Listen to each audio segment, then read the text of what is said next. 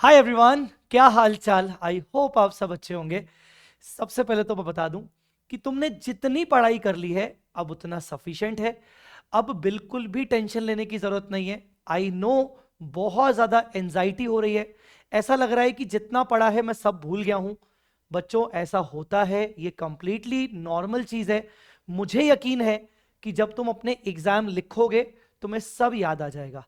ठीक है, तो चलिए अब मैं आपको यहां पर इस वीडियो में देने वाला हूं लास्ट 4 to 5 डेज का प्लानर।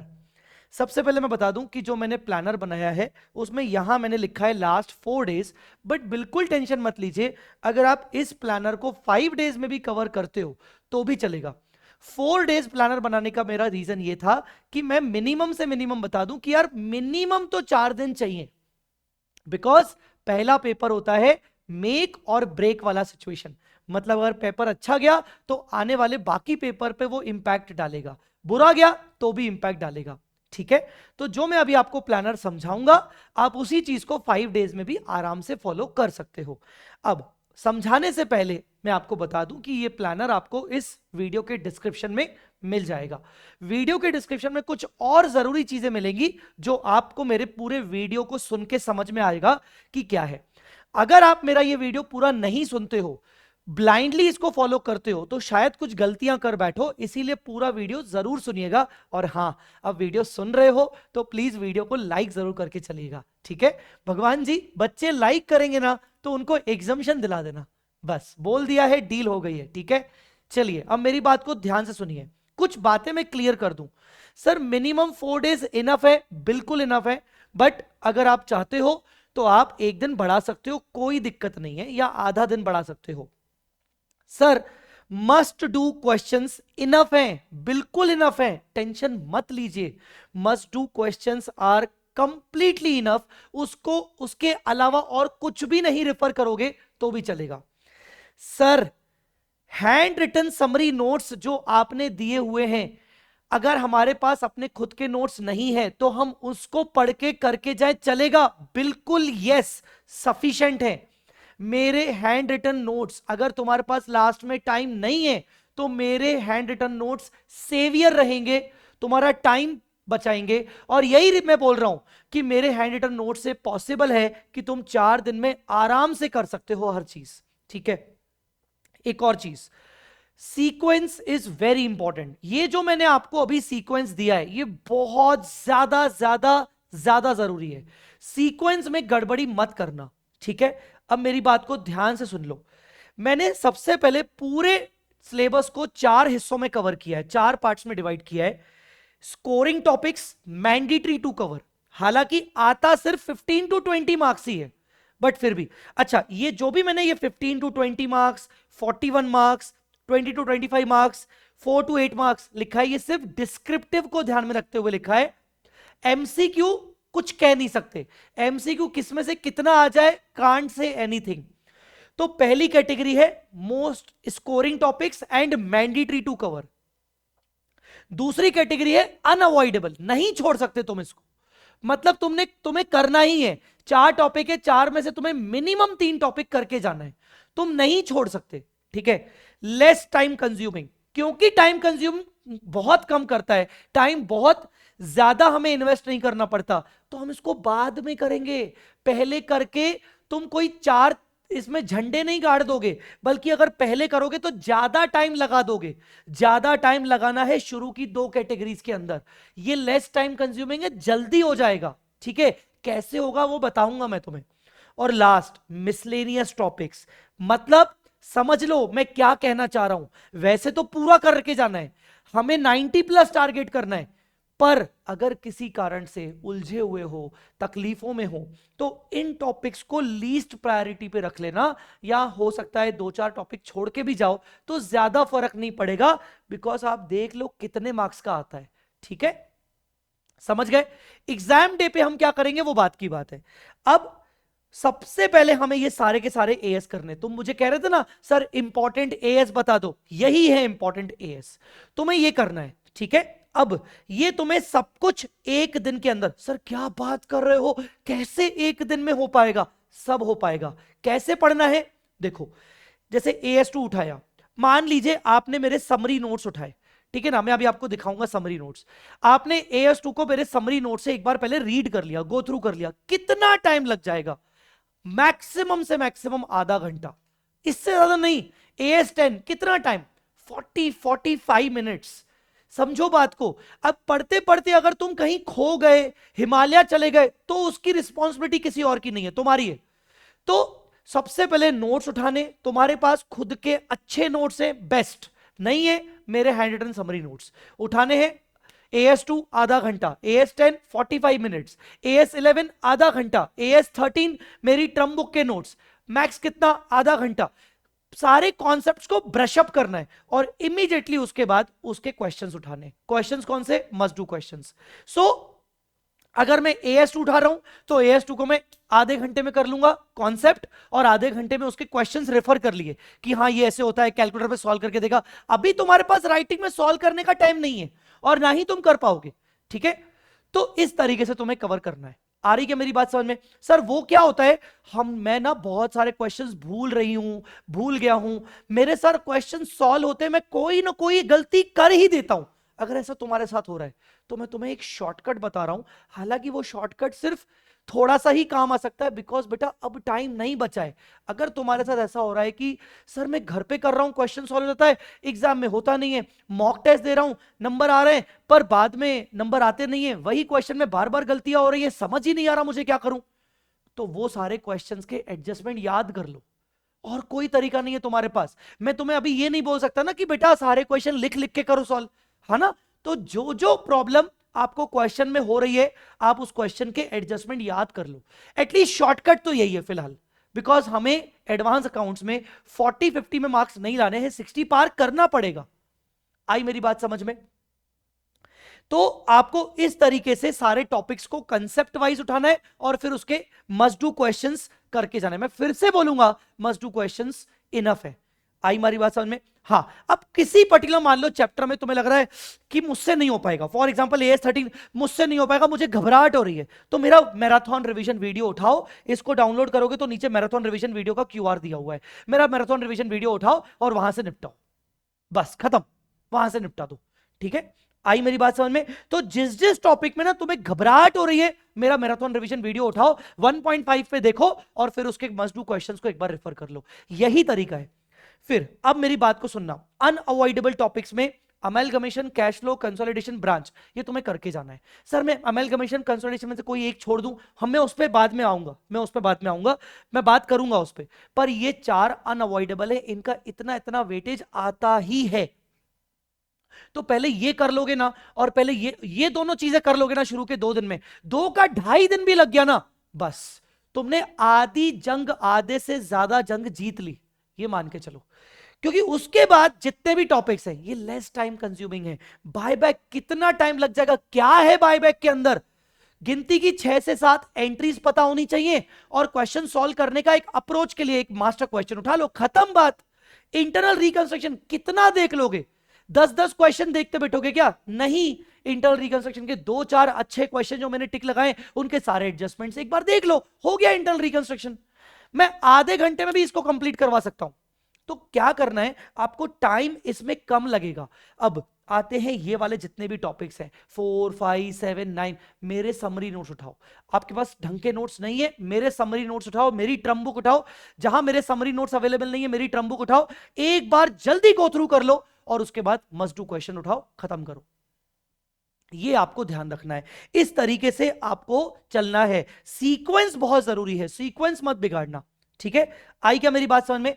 अब मेक श्योर कि जैसे मैंने तुम्हें यहां बोला है कि डे 2 में तुम्हें सारे टॉपिक्स कंप्लीट करने हैं, ब्रांच को छोड़कर। ब्रांच नहीं हो, मतलब एक दिन में तुम्हें ये सारे कंप्लीट नहीं होंगे। हाँ ये है कि जो सीक्वेंस बोला है वो इसलिए बोला है कि अमेलगमेशन बढ़िया सुबह सुबह फ्रेश माइंड से कर लिया, फिर दिन के टाइम पे तुमने कैश फ्लो किया, फिर लास्ट तुमने कंसोलिडेशन किया, चलो भैया हो गया डन। फिर ब्रांच बच गया, ब्रांच अगले दिन करना है। After branch cover all these topics in day 3। अगर डे 3 में तुम्हारा कुछ नहीं भी हो, मान लो ब्रांच के बाद मान लो तुमने बस 3-4 टॉपिक ही किए, कोई बात नहीं है, छोटे से टॉपिक बाकी के बचे हुए हैं, बाद में हो जाएंगे। मिसलेनियस टॉपिक के लिए ज्यादा टाइम नहीं लगेगा। डे 4 आप अगर देखोगे, ये डे 1 में हो जाएगा, ये आपका डे 2 में हो जाएगा, ये आपका डे 3 में हो जाएगा, और इसमें भी ब्रांच अकाउंट्स आपका डे 3 आ जाएगा। अगर इसमें से कुछ टॉपिक बच गए तो कैरी फॉरवर्ड करके डे 4 में आ जाओ। डे 4 में ज्यादा टॉपिक मैंने नहीं डाले। हाँ, फ्रेमवर्क में से कभी कभार आ जाता है, पर ओवरऑल वेटेज ज्यादा नहीं है, टेंशन मत लो। तो जो चौथा वाला दिन है ना, वो बहुत लाइट रखा है मैंने, ठीक है ना। चौथे वाले दिन में तुम्हारी पेंडेंसी कवर हो सकती है। और अगर टाइम एक्स्ट्रा मिल जाए फोर्थ डे पे, तो तुम क्या करना, तुम आरटीपी के कुछ अच्छे अच्छे क्वेश्चन सॉल्व कर लेना। यहां देखो मैंने दे दिए हैं इंपॉर्टेंट क्वेश्चंस आरटीपी के, कौन कौन से अच्छे हैं, पीछे से स्टार्ट करना। सबसे पहले जैन 26 की आरटीपी करके क्वेश्चंस सिर्फ ये वाले देख लेना, सिर्फ ये वाले। सितंबर 25 के आरटीपी के क्वेश्चन सिर्फ ये वाले। लास्ट की 2 आरटीपी तो पक्का पक्का कर लेना, ठीक है। आई बात समझ में? अब सुनो, मैं तुम्हें एक चीज बोल रहा हूं, हमें दिन भर में इफेक्टिव 12 आवर्स की स्टडी प्लान तो बनाना ही पड़ेगा। अब उसमें यह मत हरकतें करना कि AS2 हो गया, चलो तो 5 मिनट ना थोड़ा सा एक्सरसाइज करके आता हूं। नहीं नहीं नहीं, ये नहीं होता है, ये नहीं होता है। कम से कम तुम्हारी कंटिन्यूअस 2 से 3 घंटे की स्टडी होनी चाहिए, टाइमर लगा के। और फिर तुम बीच में गैप लो, 5-10 मिनट 15 मिनट का गैप लो। चलो यार ठीक है, हल्का सा मैं पीठ सीधी कर देता हूं, अब मैं वापस से बैठता हूं। तो ऐसे नहीं होगा कि एक टॉपिक हो गया, चलो भैया मैं मोबाइल चेक कर लेता हूं। No, mobile should be switched off, completely switched off. आई क्या मेरी बात समझ में? अपने आप को जितना ज्यादा, वो बोलते ना, लोहे को जितना ज्यादा गर्म करोगे उतना वो आगे चल के आपको उतना अच्छा रिजल्ट देगा। बस वही है, जितना ज्यादा अपने आप को उस मोड में डालोगे उतना ज्यादा जल्दी होगा। तुम्हें ऐसा लग रहा है ना कि मुझसे जल्दी नहीं होगा, पता है क्यों? क्योंकि तुम्हारी सिटिंग कैपेसिटी नहीं है। You need to increase your sitting capacity. अगर तुमने 2-2 3-3 घंटे तक का एक कंटिन्यूस स्टडी किया, फिर तुम्हारे लिए आसान बन जाएगा ये टॉपिक, ये टारगेट कवर करना हर दिन का, ठीक है। आई मेरी बात समझ में कि नहीं? मैराथन वीडियोस का मैंने यहां पर QR दे रखा है, ये मैराथन वीडियोस है। इसमें 2 लेक्चर्स में सारे AS कवर है, फिर आपका कंसोलिडेशन का अलग से कवर है, फिर आपका अमेलगमेशन अलग से कवर है, ठीक है ना। That's it. यहां मैं ब्रांच का डालना भूल गया हूं, ब्रांच का मैं डाल दूंगा। अभी वीडियो रिकॉर्ड करते वक्त मेरे को ब्रांच नहीं दिख रहा है। ब्रांच हालांकि इसमें है, पर मैं आपको रिकमेंड नहीं करूंगा कि ये वाला ब्रांच आप देखो। जो भी ब्रांच आपको यहां दिख रहा है वो मैं रिकमेंड नहीं करूंगा। मैंने ब्रांच जो रैपिड रिवीजन में करवाया था ना 3 घंटे का, 1.5 पे लगा के देखना, सब कवर हो जाएगा ब्रांच में से, ठीक है। अब मेरी बात को ध्यान से सुनो। 3 टॉपिक्स ऐसे हैं जो 14 मार्क्स आपके कवर करते हैं, अमेलगमेशन, कंसोलिडेशन, और आपको पता है आइदर फाइनेंशियल स्टेटमेंट या फिर इंटरनल रिकंस्ट्रक्शन 14 मार्क्स में आता है। अब हमें ये तीनों के तीनों करके जरूर जाना है। हम एग्जाम के टाइम पे डिसाइड करेंगे कि मुझे कौन सा छोड़ना है। जनरली तुम्हें इन दोनों के बीच में एक चॉइस छोड़ना पड़ेगा। You can't leave financial statement या इंटरनल रिकंस्ट्रक्शन, क्योंकि ये कंपैरेटिवली इजी आएगा उन दोनों से। अब तुम तीनों के तीनों अटेम्प्ट मत करना, इंस्टेड तुम 3 में से कोई भी 2 अटेम्प्ट करोगे, एक छोड़ोगे, और क्वेश्चन नंबर 6 जो ब्रांच अकाउंट्स का क्वेश्चन होता है जिसमें बाकी चीजें भी आती है, वो तुम्हें ट्राई करना है। लेट मी शो यू कि ऐसा क्यों मैं कह रहा हूं। तो मई 24 में देखो क्या आया था, AS में से कुछ आया था क्वेश्चन नंबर 6 में, ठीक है। फिर एक डिविडेंड का मैक्सिमम परमिसिबल डिविडेंड आया था, और फॉरेन ब्रांच आया था, ठीक है। उसके बाद सितंबर में देखो क्वेश्चन नंबर 6 में क्या क्या आया था। AS13, AS2 में से कोई एक, इंटरनल रिकंस्ट्रक्शन और ब्रांच के चक्कर में तुम क्वेश्चन नंबर 6 छोड़ देते हो, जो कि गलत है, ठीक है। फिर उसके बाद जनवरी इसी तरीके से क्या आया था, AS18 फ्रेमवर्क, बायबैक और ब्रांच, ठीक है। फिर उसके बाद मई 25 व्हाट इज AS ऑब्जेक्टिव, या फिर AS28 मैक्सिमम परमिसिबल डिविडेंड और ब्रांच, ठीक है। फिर सितंबर AS5 elements of financial statement, दोनों में से कोई एक, इंटरनल रिकंस्ट्रक्शन और ब्रांच। बात को समझो, तुम ब्रांच से डर रहे हो और ब्रांच के चक्कर में तुम पूरे क्वेश्चन नंबर 6 को छोड़ रहे हो चॉइस में, तो ये गलत हो जाएगा। तो ये वाली बात को समझना कि तुम्हें इन तीनों में से कोई एक छोड़ना है, जनरली दोनों में से कोई एक छोड़ना है। अब जब तुम इन 3 में से 2 कोई, मान लो तुमने डिसाइड किया कि तुम्हें अमेलगमेशन करना है और तुम्हें इंटरनल रिकंस्ट्रक्शन का या फाइनेंशियल स्टेटमेंट का जो 14 मार्क्स है वो करना है, ठीक है ना, और कंसोलिडेशन तुम छोड़ रहे हो। अब तुम इन दोनों क्वेश्चन को जो करोगे वो लास्ट के लिए रखना। पहले पूरा पेपर कंप्लीट कर लेना, पहले पूरे MCQ कंप्लीट कर लेना। पहले जो जो तुमसे चीजें बन रही हैं, कैश फ्लो वाला क्वेश्चन आ गया, क्वेश्चन नंबर 6 करना है वो कर लो, क्वेश्चन नंबर जो जो तुमसे क्वेश्चन बन सकता है वो कर लो, अपनी पूरी जान बाकी सब में लगा लो। फिर इन दोनों में जान लगाओ। बिकॉज इन दोनों को अगर तुमने शुरू में उठाया, इन दोनों को अगर तुमने स्टार्टिंग में उठाया, तो तुम्हारी दिक्कत, तुम्हारे साथ दिक्कत ही हो जाएगी, तुम बहुत सारा स्लो हो जाओगे। लास्ट के लिए तुम्हें इन दोनों को रखना है। आई मेरी बात समझ में? तो बस यही मेरी बोलना है कि इस तरीके से करोगे हो जाएगा। समरी नोट्स में तुम्हें दिखा देता हूं। समरी नोट्स इनफ है यार, मैंने ना ये मैंने क्यूआर डाल रखा है यहां पर। इसमें तुम्हें 151 क्वेश्चंस मिल जाएंगे, समरी नोट्स मिल जाएंगे, कुछ मास्टर क्वेश्चंस मिल जाएंगे। मास्टर क्वेश्चन नहीं देखे जाओगे तो भी चलेगा, पर 151 मस्ट डू क्वेश्चंस इनफ है। अब ये क्यूआर स्कैन करोगे तो तुम्हें यहां पर चले जाओगे, यहां चले जाओगे तो पहला hand written summary notes, hand written summary note में एएस समरी नोट्स में जाओ, और ये देखो सारे एएस समरी नोट्स तुम्हें इतने प्यारे तरीके से कम पेजेस में सारा कंटेंट अवेलेबल है, कुछ और करने की जरूरत नहीं पड़ेगी। ये सारे के सारे वीडियो, ये summary revision hand written notes तुम्हारे लिए अवेलेबल हैं, मैक्सिमम के अवेलेबल हैं। और किसी किसी के अगर अवेलेबल ना हो तो वो यहां पर जय सर बुक्स में चले जाना और एएस ट्रम बुक से बाकी का एएस कवर अप कर लेना, हो जाएगा, बहुत इजीली हो जाएगा, बिल्कुल घबराने वाली बात नहीं है।